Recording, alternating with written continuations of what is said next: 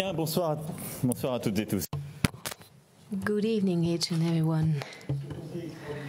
This extraordinary Council meeting came to an end with announcements and major decisions, and it enabled us to reach consensual and positive decision on all of the nominations which were in all or in part under the competences of the Council. I believe this is a very positive outcome for Europe and for the leaders who've been involved as from yesterday.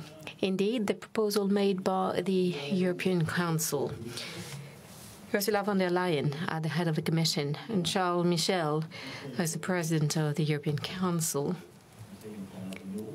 and also the Council in the Eurozone format. Then Joseph Borrell as the High Representative and Christine Lagarde at the head of the European Central Bank. This would be a new European team,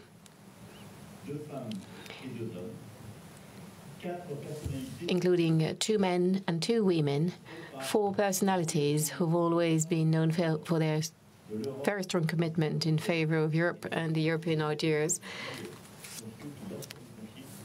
and the missions that would be theirs once they have been confirmed.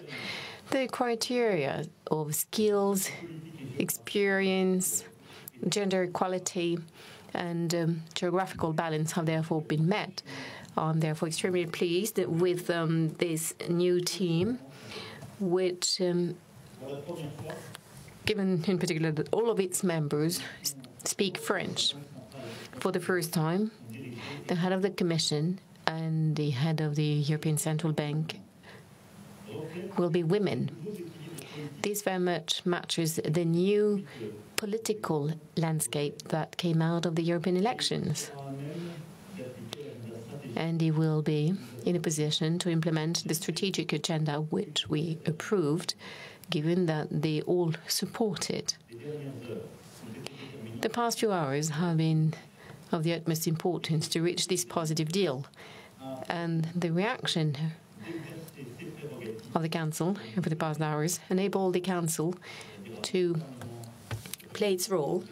We're now waiting for the Parliament to meet, and I shall say that I'm very pleased that the criteria I expressed right after the European elections were ultimately met, even though we had to wait on Sunday and on Monday. But as a matter of fact, never before had the European Council appointed the entire team. And let me remind you that some 5 years ago, it took us 3 months to appoint a High Representative and the head of the Council. This agreement is also the result of an agreement between France and Germany, a genuine agreement, and we continuously worked together and coordinated ourselves together with the Chancellor. And we always consulted all the political families. Right after the elections, and in the aftermath of the European elections, I contacted the heads of all the political parties and the political families in order to find a consensus. It is also what prevents us from dividing Europe, be it politically or geographically. The European Parliament from now on will have to vote. These will be major votes in the coming days and weeks, and these will be very important for the continuation of the process. The Commission will also be put together in the coming weeks and months, and quality teams will have to be put together. But we already know that Franz Timmermans and Margrethe Vestager will exert some of the highest responsibilities within the Commission. We shall also reach some conclusions after the past few months. The President will have to take some institutional initiatives in order to clarify the rules for the nominations, in order to prevent a repeat of what we've been going through. And in 5 years from now, things should be more speedy, or at least predetermined. I also would like the Finnish presidency to be able to launch some work together with the European Parliament to that effect. And please allow me to commend, to salute the European Parliament and all of the MEPs. They're getting together, they're starting their work, and this new Parliament also illustrates this political reshuffle. And they will be undertaking some major work. You remember that I called for a European conference in order to renew our European democracy, in order to enable us to be more efficient in our work as well. And in this respect, I would like to commend the work to be done by Guy Verhofstadt, who will have to play a special role in this matter. So indeed, it is a new chapter for our Europe with a new team, new faces, some new momentum at the service of a new agenda, which we approved over the past few weeks. And as I commend this new team, I would like to pay tribute to two leaders, Theresa May and Gebrselassie, because it was their last summit. And they're leaving right after these good decisions. Thank you. I'm now available to answer your questions. A question from CNews, sir. Yesterday, after the failure of this first round of negotiations, you said there were some very long decisions, unable to take decisions. Do you still agree with what you said yesterday, or was that just an angry statement? Next, you talked about changing the governance of the European Union. How would you like to handle it for this new chapter? Well, all I said yesterday, I stick to it because it was entirely true given what happened yesterday. We had done a lot of work ahead of the Council meeting, and yesterday enabled us to prepare for today's meetings. It enabled us to be more efficient today, but we could still do better. And I believe that what people have been looking at on Sunday and Monday is certainly not a good example. We have somehow a culture of very long meetings and crisis meetings.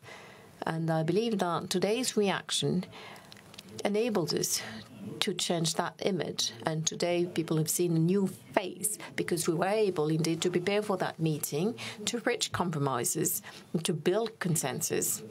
And also we've been able to strike all of these balances thanks to the efforts of each and everyone. So this is all very good.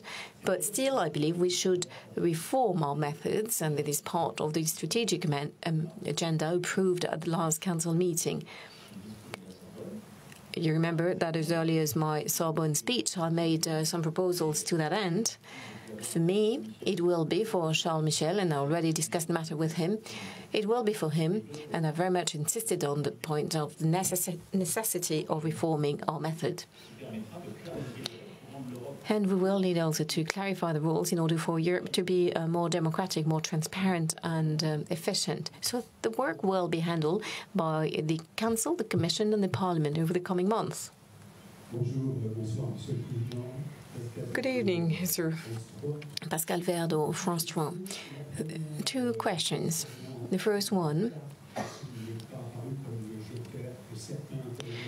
some expected the candidacy of Michel Barnier to come out. Was his name discussed? And we are finding it difficult to understand the reluctance of Germany and the Netherlands. Is it due to the way Barnier handled the Brexit? Then, as to the appointment of Mrs. von der Leyen, some sources say that you were the first to suggest her name to Mrs. Merkel a couple of weeks ago. Well, it is not always good to say everything about what happened in the corridors. But regarding Michel Barnier, I did mention him as a potential candidate. He He has a lot of experience and expertise, and as a matter of fact, he has some top responsibilities as the European negotiator for the Brexit. That being said, these discussions lead to compromises, and we had to strike geographical and other balances. And as a matter of fact, it is not his name that came out in during the last hours, and it is Ursula von der Leyen who helped us build also geographical balance between the Commission and the ECB, and to take account also of the convergence within the Conservative family. But it is also the fruit of their political family. But I would like to say that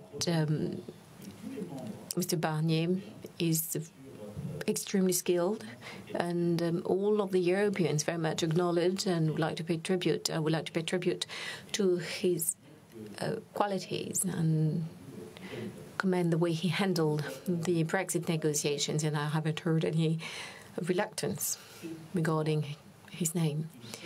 As to Mrs. von der Leyen, I believe it is an excellent candidacy or appointment at the head of the Commission, and I very much fought for it.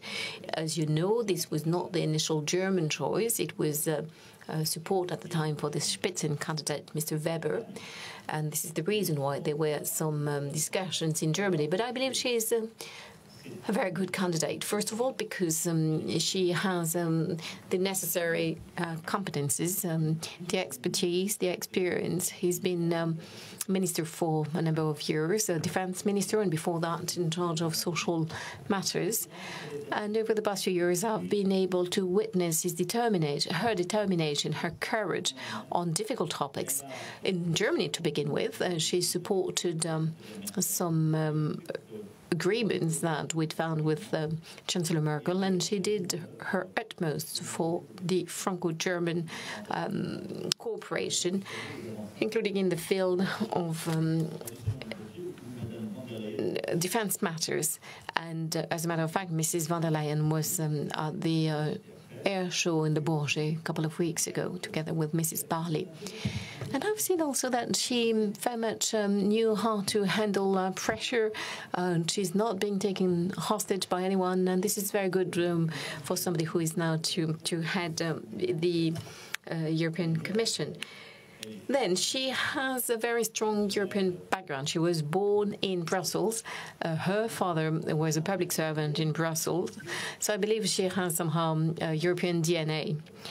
And lastly, she's fluent in French, which I believe is also important, because we always had heads of the Commission. They were usually French speakers as well, and so is she. So these are the criteria which meant that France should support her strongly, and in particular during the very last hours. Mr. President, Laurence Benamou from the AFP. It seems to me that there is something missing. There is no green representative. Isn't it somehow a negative message which shows that green issues are not taken on board, even though it's very high on the agenda of many people? Well, I have a very simple answer. The Greens no longer have the monopoly over environmental issues.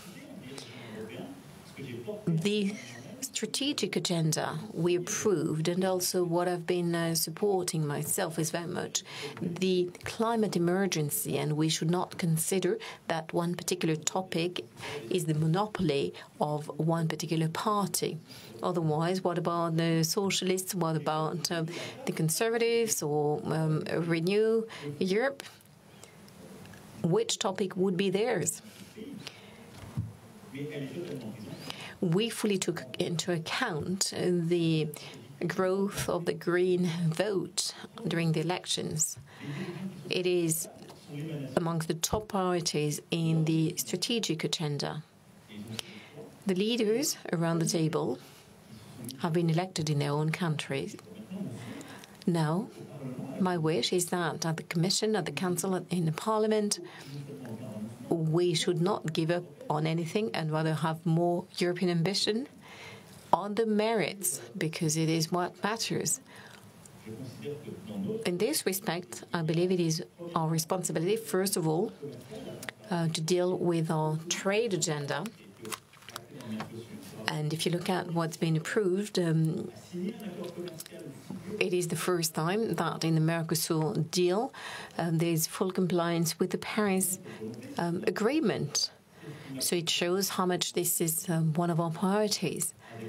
And this is the reason why also I decided, I took the decision that I took regarding the trade negotiations with the US.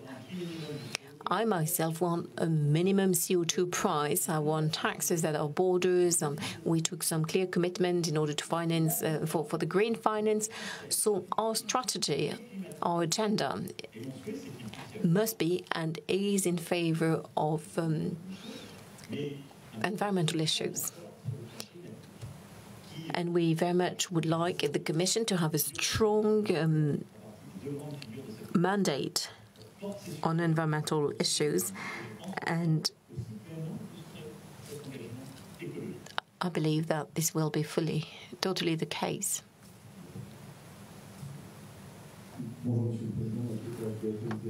A question from BFM TV. Gender equality was not amongst the first names that came out. Who supported the gender equality, and is it something that will be applied for the next nominations as well? Well, a number of us very much supported the idea of gender balance. I mentioned it as early as the 28th of May, and some other leaders very much supported the idea as well. So for the 4 nominations which are being handled by the Council, we always considered gender equality. And like I said on Sunday afternoon, it was meant to be complied with.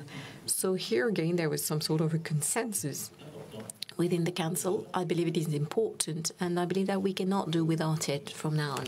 So we shall continue with the same method, because it is in line with what our societies are. Access to the responsibilities should very much be based on gender equality. So, a question from Reuters. We see a lot of doubt regarding Christine Lagarde's candidacy. Some say she has never been handling at the head of a central bank. She lacks some monetary experience. She's rather a political figure. What do you think? Well, I believe that we've discussed these matters within the Council and took our decision, and we believe that she has all the necessary skills in order to head the European Central Bank. She's been Minister of Finance, Economy and Finance at a very crucial period of time, in particular when she handled a very deep crisis. Then she led the IMF, which means that she's highly qualified. First of all, in order to control the monetary policy and also to be credible vis-à-vis the markets. First of all, the investors and all the stakeholders.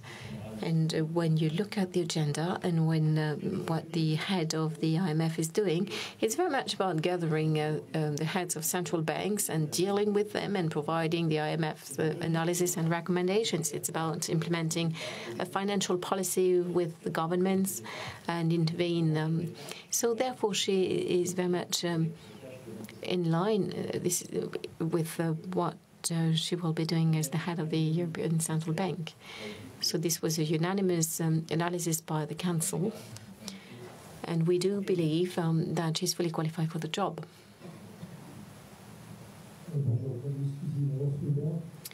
A question from Bloomberg. Are you worried about the Parliament? Because a number of socialist MEPs who've criticized the choices made today. And also, what about Germany? Did they abstaining on the vote? Well, the Chancellor said why she abstained. She did because the Chancellor is at the head of a coalition. And this agreement came out within the ultimate hours, and this did not necessarily provide her enough time to consult all her coalition. So it is a matter of German internal policy that led the Chancellor to abstain and nothing else. Next, there will be discussions within the Parliament. It is normal. I believe that some of the leaders who were around the table over the past few hours have to support these balances, the strength of the agreement reached, and convince their MEPs, the members of their political family to support the deal. It is a matter of solidarity. Therefore, the MEPs who would decide not to support one choice or another would also expose themselves to a lack of solidarity from their colleagues on something else. It is a matter of coherence, and this is the outcome of our work. So I believe that now the responsibility of the heads of political parties around Europe, of heads of groups, is to do everything so that there is enough explanation provided, and so that we can approve these nominations and then get to work. Question from Libération. First of all, regarding transnational lists, did you discuss the matter? And did you get any reassurance as to the fact that in 2024 we would have such transnational lists? And second, as to the future, do you already have a name as the French commissioner? Thank you. As to the first point, there is no assurances because there is no unanimity within the Council on transnational lists. What I've been saying is that a Spitzen candidate could claim enough legitimacy to head the Commission if there were some transnational lists. And I very much explained the coherence of this argument here on a number of occasions. Many leaders very much support that, and they said it this afternoon. I believe that the interinstitutional work we've asked the President of the Council to lead is very much along these lines. And I would like some strong commitment in favor of the European Conference, and Guy Verhofstadt already started to do some work on that. We need to consult all the political families. It's not entirely done, but I think we should be pressing to that effect. We need to conclude this thinking, this also constitutional work, almost constitutional work for our Europe to clarify the treaties. Today, the treaties are telling us that this is an intergovernmental competence to be approved by the Parliament. But it does not allow the Parliament to impose this choice, and fairly so, because so far the elections are handled at a national level. Should we want a more democratic Europe, as I've been saying for 2 years now, it is clear that we need to organize the elections in a way that mean that we would have, first of all, national leaders elected locally, and then also some European leaders that would have a European legitimacy, and that very much means that we would need some transnational lists. So the work will get started within the Council and the Parliament. I believe the European Parliament has a major role to play in this respect. But as a matter of fact, so far, the Parliament refused to do so, in particular the main political family. But now, given what happened over the past few weeks, I very much hope this can be done. It would also enable us to tackle the extremes and give more power to our fellow citizens. And we would therefore clarify the rules. As to the French candidate, I did not consider it yet. I very much would like the matter to be discussed with the new head of the Commission. we will be working step by step. But before that, I would like the Parliament to do what it has to, and then I will support the new head of the Commission in order to strike the right balance in terms of competences and gender equality once again. So I will consider the choice with all of that in mind. And I very much would like the Commission to be coherent. And here again, from the very beginning, my purpose was not to serve France's interests. I think the role of France should be to contribute to striking the right balance, to find compromises, to be efficient, and I will do the same when it comes to the composition of a new Commission. What matters is that we have the right and the most relevant clusters. Who is in charge of what? But it's not a matter of symbols. So this is what I will very much be looking into, and I will be fully transparent with you at the right time as to the name we will put forward when the time comes. Sir, a question from TF1 LCI. You're talking about changing the rules regarding the Spitzen candidates or the appointment for the top jobs. Do you think the treaties could be amended, knowing that this would require unanimity? Or do you think the other leaders would follow you on that? Second, you used to be rather tough regarding the Brexit. You didn't want any extension because you feared the United Kingdom could pressure Europe regarding the appointments as well. Did Theresa May prove you wrong on that? First of all, amending the treaties is not an end in itself. Too often we put ourselves in a situation by saying that it was impossible to amend the treaties. So if you say so, you immediately set limits to yourself. But I would like Europe to be more efficient, more ambitious, to better protect our citizens, to build a new economic model, and to be sovereign around the world. So to that effect, we have to be clear on the agenda. And so where we at the last council, then we need the right team, and we now have the right team. Ursula von der Leyen is a right European, genuinely European. Same goes for Michel. He's a member of he's Belgium. They're member of the Eurozone.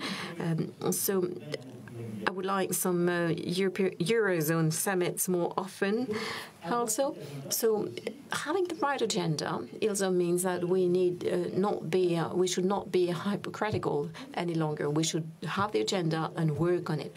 Once we have that, we can do much better and much more with the existing treaties.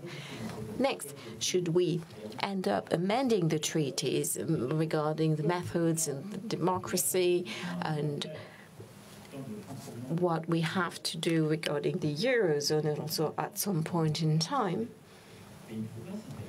then, okay, let's consider the possibility of doing it. If I were to tell you today, we're going to amend the treaties tomorrow without telling you why and what the ambition is, everyone would say, no, we can't do it. So let's take it step by step, but it's not a glass ceiling. It's no longer a French taboo.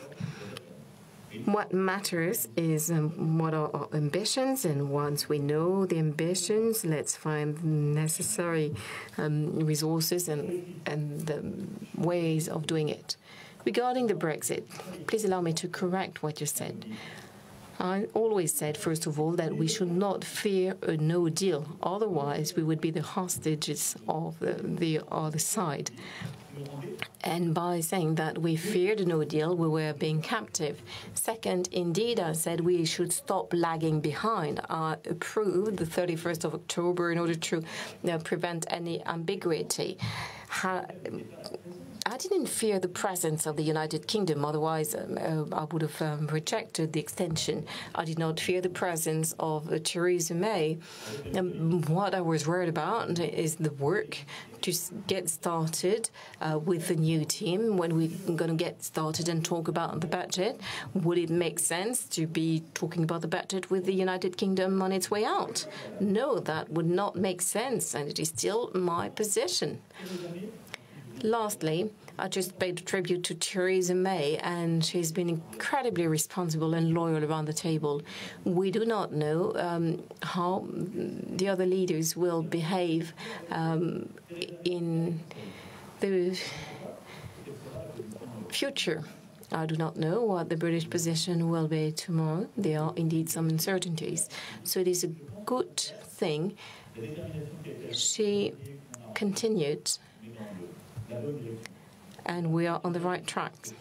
We have a deadline, 30th of October. I hope we can conclude before, and then there will be possibilities, either a conclusion in accordance with our deal or yet a new proposal with a new political event, something totally different, or we would have to reach the conclusion that there is no possible deal. It is not the best scenario, but it is still a possibility. And let me remind you that this would always be the responsibility of the British government, because until the last moment they have the ability of withdrawing the notification under Article 50.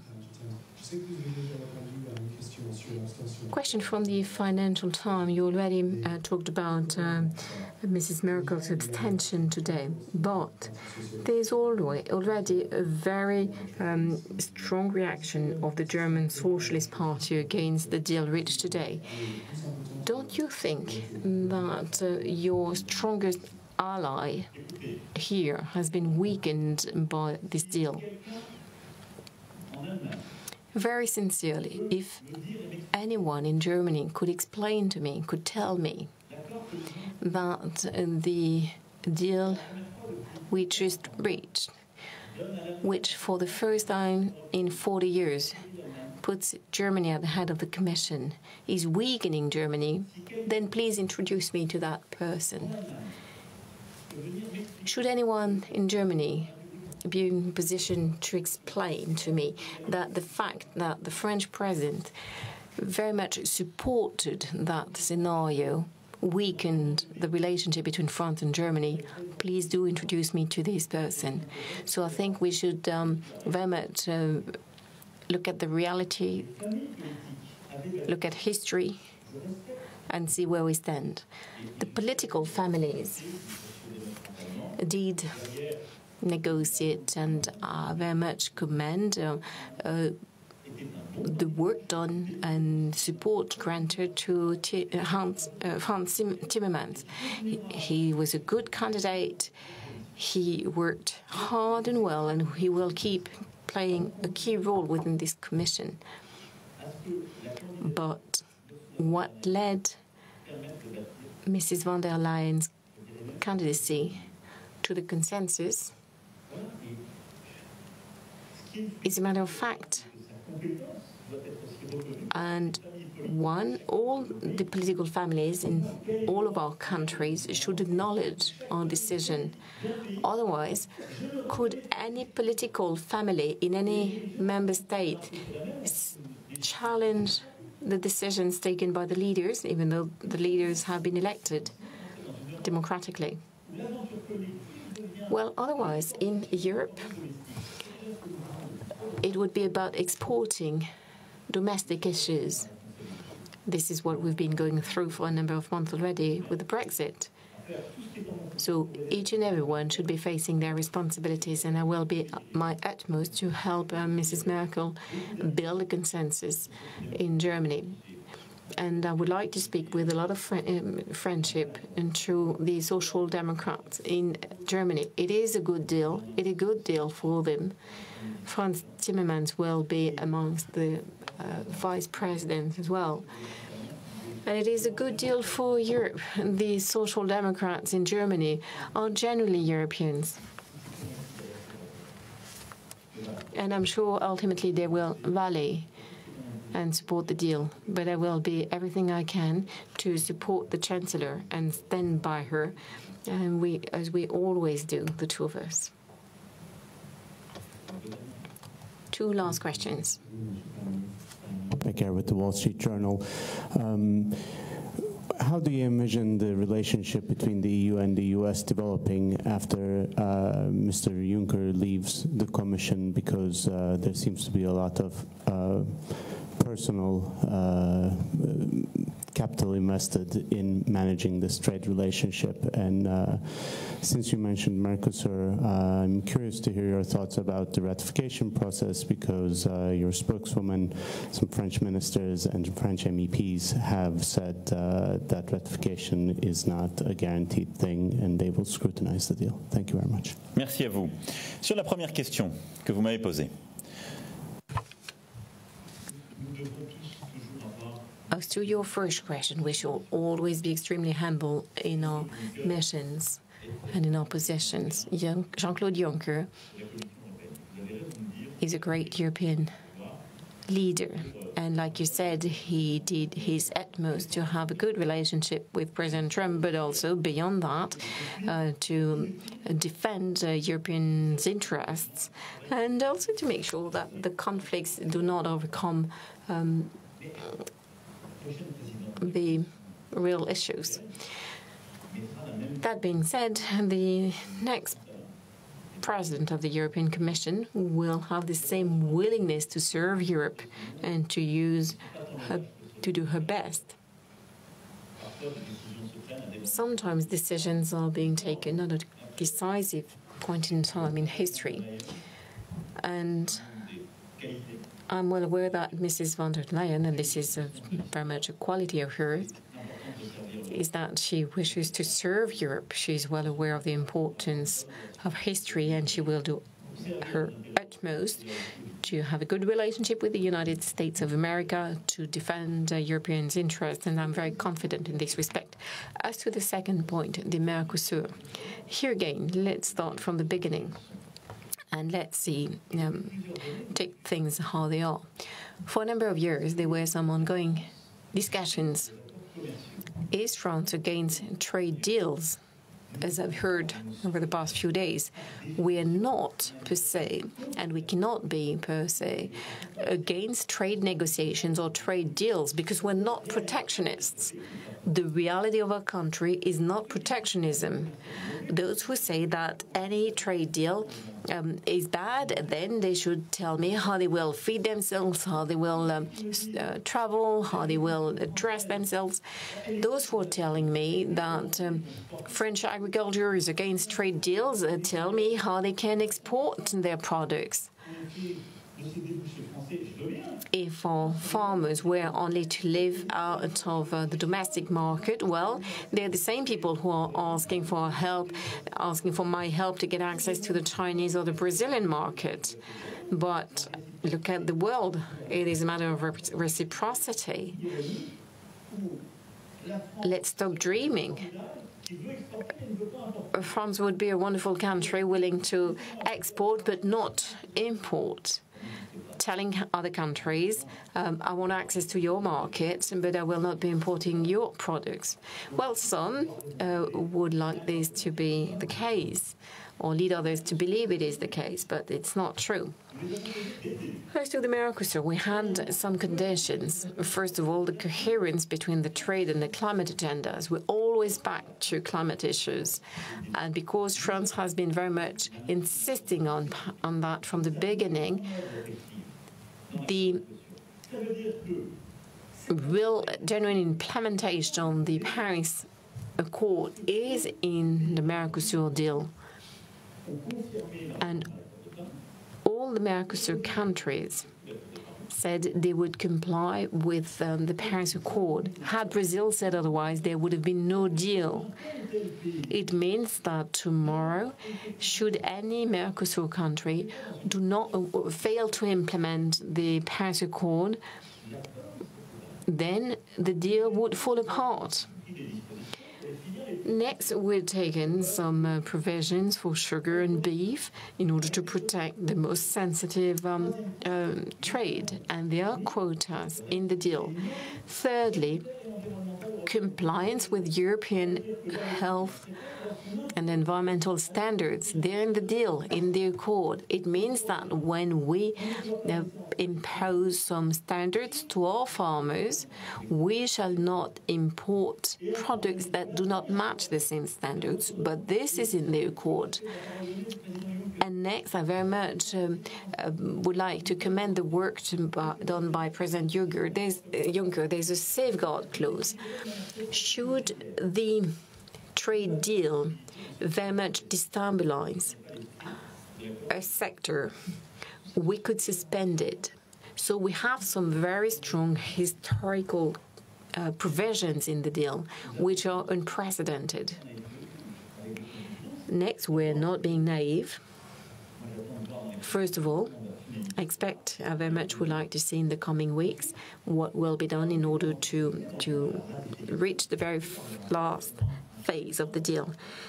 Next, ratification. A lot of work is to be conducted by all members of parliament, and we need to make sure that our partners are doing their part as well. I also will make sure that we're conducting the right assessment work, assessing all of the impact, and also some transparent and independent monitoring, because this deal raises a lot of fears. We need some independent experts to monitor its implementation. For a long time, there was too much naivety in favor of free trade, which was totally in contradiction with environmental protection, for example. But at the same time, we should not turn to neo-protectionism and say that the others are necessarily bad. So it is about not being naive, being open, being demanding as to the balance between farm sectors and the environment, and will keep an eye on transparency and the monitoring of the deal. Today, Mr. President, we see a German, a Belgian, a Spanish, and a French, no one from Eastern Europe. Well, first of all, we do not yet have all the names of the team, of the coming team.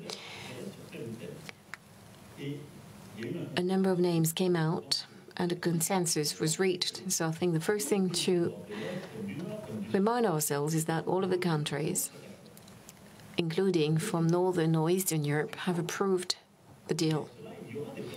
Next, there will be some other major positions within the European institutions and also within the parliament. So we're not excluding all of these countries. The Polish president was in charge for 5 years already. And Italy, for example, was at the head of the ECB over the past few years. So we should simply understand these balances. Or there should be, we should comply with an overall geographical balance. And there are still a number of key nominations, key jobs to be allocated, including at the European Parliament. For example, if you look at Renew Europe, I very much would like to commend the election of the former Romanian Prime Minister. It bears token to our openness and brings about the right signals. I would like to say that we will continue to that effect. And if you look at the existing commission and the vice presidents, where most of them were from the north or the east, but I will keep an eye on that be vigilant as you are, because all European regions shall be included. I said this was the last question. I have to put an end to this press conference, but thank you for your attention, and thank you as well for the wait over the past few days. And I know, and I apologize because I know that some of you will not be able to go home tonight. So we'll keep going for this new Europe and in a positive spirit. Have a good evening.